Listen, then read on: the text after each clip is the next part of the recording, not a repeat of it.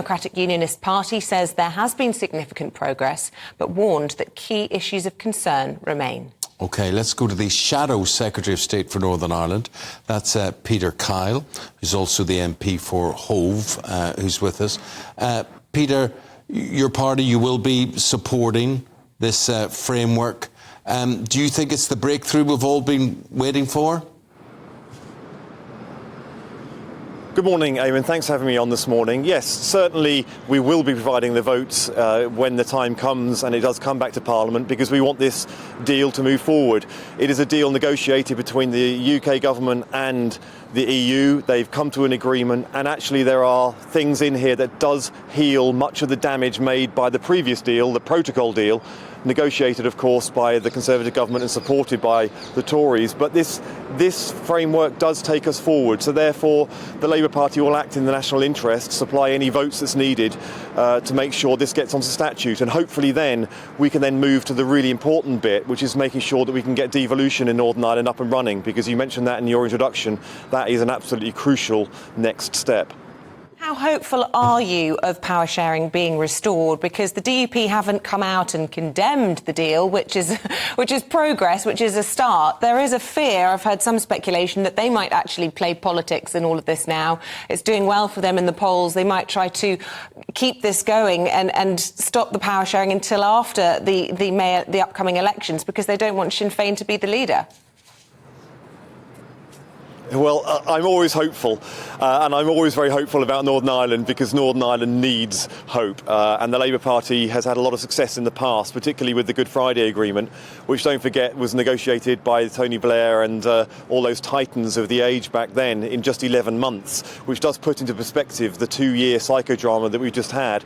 But as you're completely right, the political landscape in Northern Ireland right now is very, very complicated. I don't think the unionist movement is playing politics with this. They have very, very deep concerns about trade and the Northern Ireland's relationship within the United Kingdom, and they do need to be solved by this framework. Now, they do need the time and space to make sure that they can read it in detail, understand the detail of the deal that's just been agreed. I'm pleased Rishi Sunak is over there today to answer any questions they may have, because they need to have the space to ask these questions and have them answered. You mentioned the politics of going forward. There is council elections in Northern Ireland in May.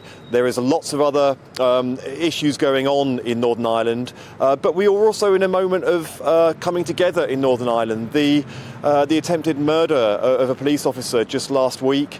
Another issue that was up in Parliament just the week before that was the fact that all parties came together to ask Westminster to make sure that we can legislate for organ donation. Now, that didn't make the nationwide news over here, but it was a really important moment for Northern Ireland, because all parties came together to do that. So there are moments in Northern Ireland at the moment that are bringing politicians and politics and all communities in Northern Ireland together.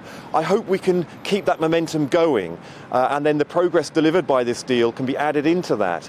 But the crucial thing is making sure that devolution is up and running, and that devolution in Northern Ireland is rewarded, because all parties, all communities need to know that acting functionally within devolved authorities, the Assembly and the Executive, should deliver more rewards than acting outside of it. What about, we talk a lot about the DUP and their power to veto things. What about Sinn Féin, the majority party, not only in Northern Ireland, but in the whole of Ireland now? Do you expect Sinn Féin to be compliable with all of this? The Labour Party takes its role as an honest broker for Northern Ireland really, really seriously. So in the last few days, I've been speaking to all parties in Northern Ireland. I have spoken to Sinn Féin.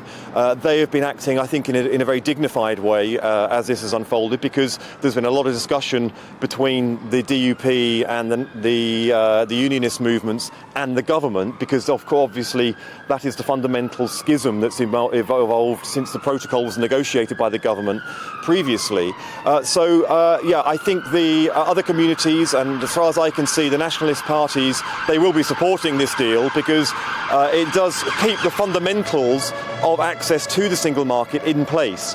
But what it also does is make sure that it just gives a lot more smoothness, and a lot of the barriers that were put within the United Kingdom have been tackled. They did that because Rishi Sunak chose to talk and negotiate rather than continue the rows. But hopefully now we can put this behind us, because nothing in this deal takes us anywhere more in a more advanced place than we were before the protocol. So we've just basically got back to the starting line.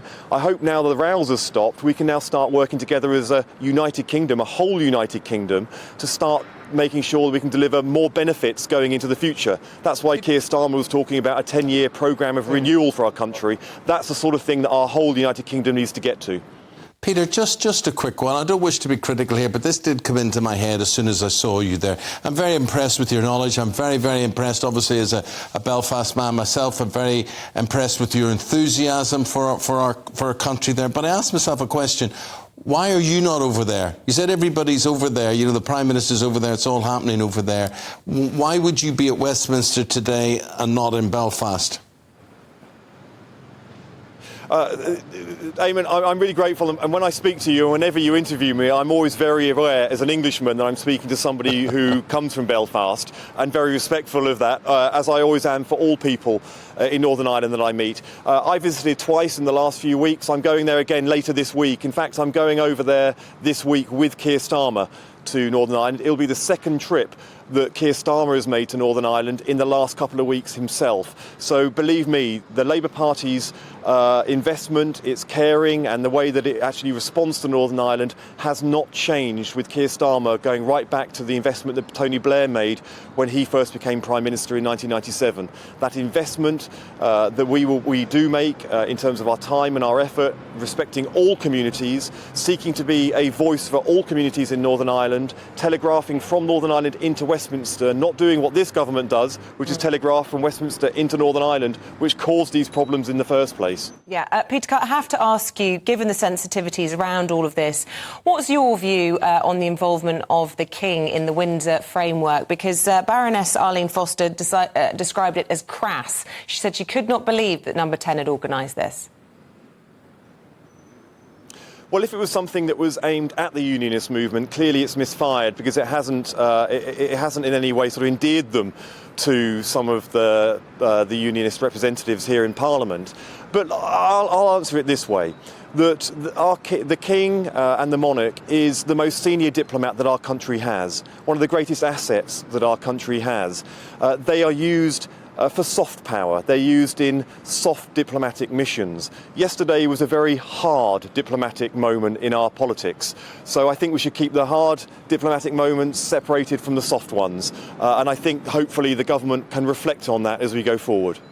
Peter, really enjoyed talking to you, enjoyed listening to you, and just really thankful for your enthusiasm over everything. Appreciate it. That's Peter Kyle MP. He is the Shadow Secretary of State for Northern Ireland. Thank you very much. Bye-bye.